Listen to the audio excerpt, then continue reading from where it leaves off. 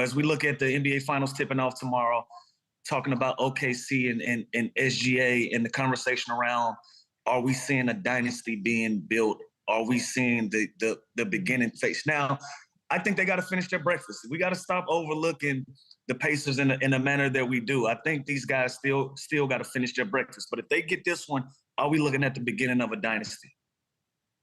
I think that's obvious. I think we're looking at the beginning of a dynasty anyway. Even if, let's say they don't win it this year, we're going to sit here and say they won't be the favorite for next season.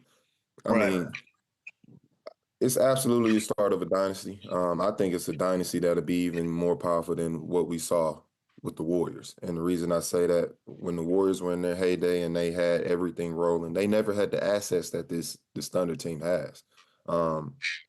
I mean, this Thunder team is probably built to be successful for the next 10, 12 years, which is unheard of in the NBA. And, I mean, they're there now with the team they have. They have all the assets coming up.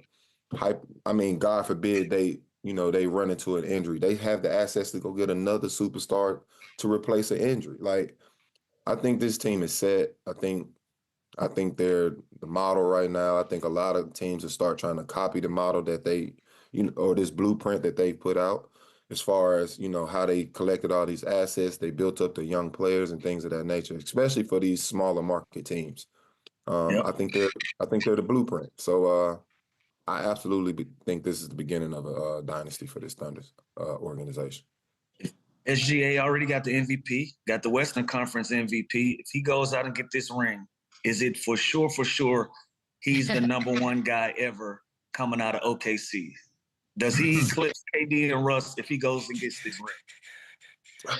I think and this is no disrespect to those two guys. They mean the world to, OKC, obviously. But I do think, as of right now, he surpassed K, which is hard to say. And obviously you can argue that. You put him right there in a second. Russ stayed a little longer. Russ, I think he has a couple more seasons to go. I mean, Russ was OKC before any of this even happened. He was Mr. OKC.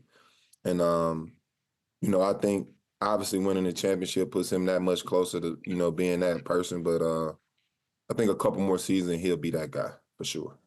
But he's definitely in the conversation, regardless of, anyone's opinion. He's in the conversation. He there already, yeah. He already there. Absolutely. It's funny too, because if we put winning where people ever do, then how do you not have him in the best once he wins his first championship? I mean, a parade is as a player, MVP, but if we're gonna count winning, then we got to count winning when it comes to this. And now, but the last couple of weeks, we've been having this conversation of what qualifies a player as a superstar, right? I mean, the whole Tyrese Haliburton thing came out. What would be your criteria of a superstar? I mean, obviously, it's the on-court performance. I think that's the number one thing. Are you marketable? Can the league push you? Can the league sell you? Do people like you? Obviously, the impact, the global impact as well. You can't be a superstar if you're only known, in the States. I don't consider that a superstar. The league is bigger than that. It's a global brand. So once you start having that global impact, obviously you go into that superstar status. So I think it's a combination of all of those things. Charisma as well. I mean, as great as, Jokic is, you can't sell him. You can't market him because he's not this great personality. And this is by choice. I mean, I had the opportunity to be teammates with him. He doesn't care about the spotlight. He doesn't want to be that type of guy.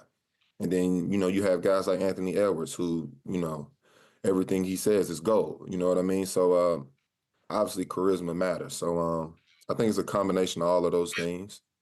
And, that's what gets you a superstar. This definition is tough. I know. Everyone's is different. It is tough. It's different for everybody. Yeah. It really is.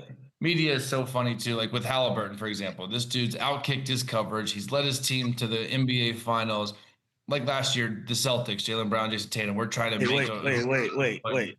What does that mean? Outkicked his coverage. I ain't never heard that one before, man. It's usually about who you're married to, but yeah. Yeah, like, you know what I mean? Like he's literally the Indiana Pacers are in the finals. This kid's been balling. He's on Team USA. He's voted most overrated player in the NBA. Like, and now we're nitpicking him. Is he a superstar? And me and Lou and Michelle, we talked about there's levels to it. Like I think there's mega star, like there's tiers, right? But in your opinion, especially after this season and this finals run, Boogie, is Tyrese Halliburton a superstar? Uh, Hmm. for me, when I look at Tyrese Halliburton, I put him in that category of Jason Kidd. Like, obviously, you won't have a guy averaging 25 a game, but the impact he brings to the game, the way he makes the guys around him better, he's a winner. Plays the game with grace. His teammates respect him. The league respects him. Obviously, now I think we'll never see him on another list where he's listed as overrated, which I thought was crazy in the first place. But I think Kidd was a star. I think Kidd, back in the day, he had his own shoe. All of these different things. He was a winner. All of these things, but the difference was he was never a guy averaging 25, 30 points a game. He did it with, passing the ball, making the guys around him better, getting the best out of his teammates. And I think that's the same type of player that Tyrese Halliburton is. Yeah, makes sense. Oh, am I going? I'll go. Talk about Shams for a second because he's a couple bombs. Obviously, yesterday was the biggest one. But he said that this offseason has the potential to be the craziest in NBA history. I mean, that's a statement. All right, we already know some of the names that are out there floating. What are you thinking? What are some big moves we can look to? Well, I think the biggest one is Giannis. There's so much uncertainty with his future, and obviously every team in the league, if they had an opportunity to get him, they're going to throw their name in the hat. I think the next biggest name is Kevin Durant. Even at this big age, he's still a very, very, very good player. I think any team he goes to that actually has a plan, because I don't think Phoenix had a plan, and I don't like that. Kevin Durant gets a lot of blame for this. I don't think Phoenix had a plan. It never made sense in the first place. It wasn't. One thing that bothers me with today's NBA is where they just put these superstar names together and think, we got all this talent, we're supposed to win. We're a championship team. They've got away from the foundation of actually putting a team together. Team, and what I mean by team is pieces that actually complement each other. When this person plays next to this guy, it elevates his game. They've gotten away from that foundation, and I think that's why we had the results of what we're seeing in the finals. Two teams. Teams where their guys all complement each other on both sides, with the Pacers and also OKC.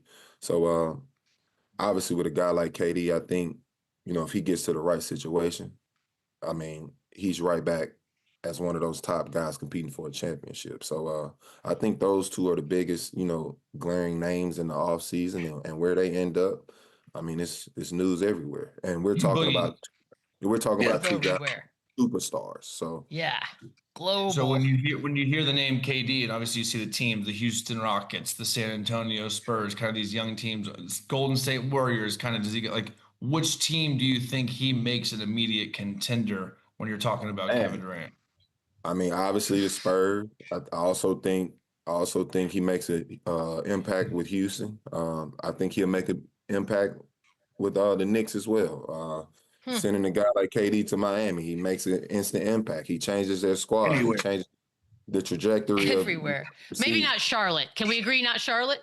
Yeah, not Charlotte. But like I said, it has to be a team. It has to be a team with a plan. Like this, like a plan of actually competing. It just can't be where we're just throwing a group of talent together and, all right, let's go win a championship. That's not how it's going to work. Team with an actual plan. And I think the last team that had a plan for KD was the Warriors.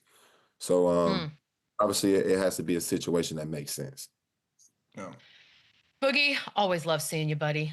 We will talk soon. We'll take a quick break, and we have more Run It Back on the other side. Run it up. Thanks, bud. Run it back. Run it up. Run it back. Run it up.